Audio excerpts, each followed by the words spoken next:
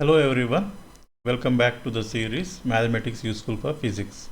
And this is the second part of the topic vectors, and in the first part we have seen what is a physical quantity and the classification of physical quantities as scalars and vectors based on the need of a magnitude and direction for a physical quantity. And we have also seen the representation of scalars and vectors, and we mainly focused on the graphical method for the representation of vectors.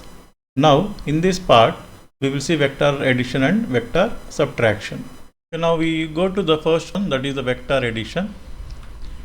And we know that the vector is a physical quantity that has both magnitude and direction, and graphically we represent a vector by using an arrow that can be seen on the screen. So the length of the arrow, it indicates the magnitude of the vector, and the direction of the arrowhead, that indicates the direction of the vector. So say this is a vector a bar. Now you take another vector, say it is b bar. If the length of the two vectors that is shown here, a bar and b bar, if they are same, then their magnitudes are same. So if they are not same, then the magnitudes are different. And the direction of the two vectors, that is indicated by the arrowhead of the two vectors, they are in different direction, therefore the directions are different. Now to add these two vectors graphically, we need to place the two vectors such that the tail of the second vector b bar, it should start from the head of the first vector, that is a bar. Now it is something like the b bar vector is continuing from the head of the vector a bar. These two vectors, they represent the two sides of a triangle, and now to complete the triangle you need to take another vector which starts from the tail of the vector a bar and ends at the head of the vector b bar. So this side, it gives the addition of the two vectors a bar and b bar, that is a bar plus b bar, that is equal to, say, the third vector, that is c bar. To understand this vector addition, we take a simple example. So there is a body of just say some mass m, and there are two forces acting on the body. Just say the first force F1, it is shown by the red colored arrow, so in the upward direction, so which is making some angle with the horizontal. Now another vector, that is another force F2 bar, is acting on the same body in different directions. So we can easily guess the direction of the block that is on the right side. Now just say these two vectors, that is F1 bar and F2 bar, they are making some angle, say 60 degrees and 60 degrees with the horizontal line. Then we need to take the component of the first vector F1 bar and the second vector F2 bar along the horizontal direction. So here just say if F1 that is equal to 100 Newton and F2 that is also equal to 100 Newton. So in this case, the F1 cos 60 is the component here. So F1 cos 60, and the component of the force F2, that is F2 cos 60. So F1 cos 60 will be 100 into the cos 60, that is 1 by 2, that will give you 50 Newton. And F2, that is 100 into the cos 60, that is again half, that will give you 50 Newton. Now the combination of these two magnitudes, that is 50 Newton and 50 Newton, that will give you the resultant vector magnitude, that is 50 plus 50, 100 Newton. So we got the magnitude of the resultant vector, that is the combination of F1 bar and F2 bar. Now the direction, we need to find out. For that we can use the graphical method. So we need to place the two vectors such that vector F1 bar, the tail of the vector F2 bar, it should start from the head of the vector F1 bar. These two vectors, they represent the two sides of a triangle. So we need to draw the third vector that represents the addition of the two vectors F1 bar and F2 bar. So for that we draw another line with the arrowhead, that is blue colored one, which represents the addition of the two vectors F1 bar and F2 bar. And what is the magnitude here? The magnitude is 50 plus 50, that is 100 Newtons. Otherwise, in the other way, you can also guess the magnitude, because this is how much?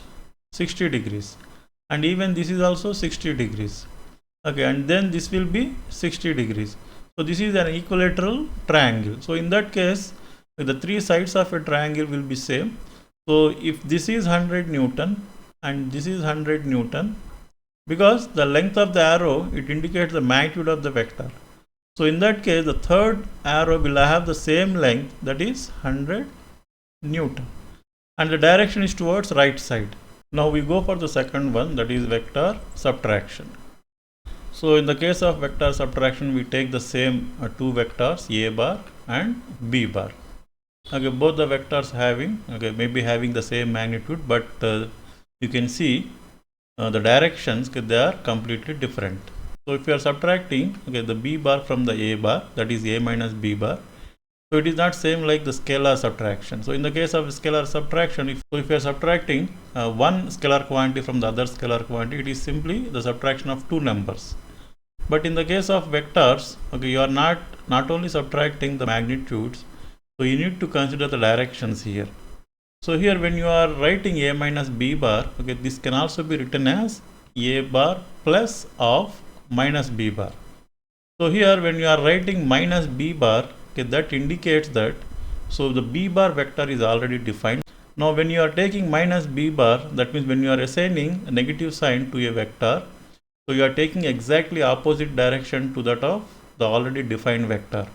That is, so here b bar is already defined. So it has some magnitude and a particular direction. Now you are taking exactly the reverse direction for that vector with the same magnitude. Now when you are adding these two vectors, that is a bar plus minus b bar, we need to follow the same method that we have seen in the vector addition. That means we just place the two vectors a bar and b bar in such a way that the vector minus b bar, it should start from the head of the vector a bar. So it is something like the continuation from the vector a bar. These two vectors a bar and minus b bar, they represent the sides of a triangle, and to complete the triangle we need to draw the third vector, that is starting from the tail of the vector a bar to the head of the vector minus b bar. So the third vector, it is indicated by the blue colored arrow, which gives the vector subtraction, that is a bar minus b bar, that is c bar. To understand the vector subtraction, we take a simple example with the two forces, that is f1 bar and f2 bar, they are acting on a body in different directions. Now to subtract f2 from f1, that is f1 bar minus f2 bar, so the f2 bar is towards right side. Now to take the minus f2 bar, we just reverse the direction of the f2 bar. The direction of the minus f2 bar is exactly opposite to that of the vector f2 bar. So now these two vectors, they represent the two sides of a triangle, and the vector minus f2 bar, it is starting from the head of the vector f1 bar. To complete the triangle, we need to draw the third vector, which is starting from the tail of the vector f1 bar and which is ending at the head of the vector minus f2 bar. This is drawn by using a blue colored arrow that gives the subtraction of f2 bar from the f1 bar, or the addition of f1 bar and minus f2 bar, that is f bar. So this is the resultant force acting on the body. So that is, the f1 bar is acting in this direction, the f2 bar, it is already acting towards right side. Now we have taken the minus f2 bar, which should be acting in the left side direction. Therefore the resultant of these two forces, it will give you the third force that is acting in different direction. So that is the meaning of the subtraction of two vectors. It is not simply subtracting one number from the other number. You also need to consider the direction which is coming into picture because of the effect of the two vectors. So in this case, f1 bar minus f2 bar, it can also be written as f1 bar plus minus f2 bar. Now we see another method for vector subtraction, that is a bar minus b bar. So a bar minus b bar can also be written as some resultant vector, say c bar. That is f1 bar minus f2 bar, that is equal to the resultant vector f bar. Now from this, f1 bar can be written as f bar plus f2 bar, or f2 bar plus f bar.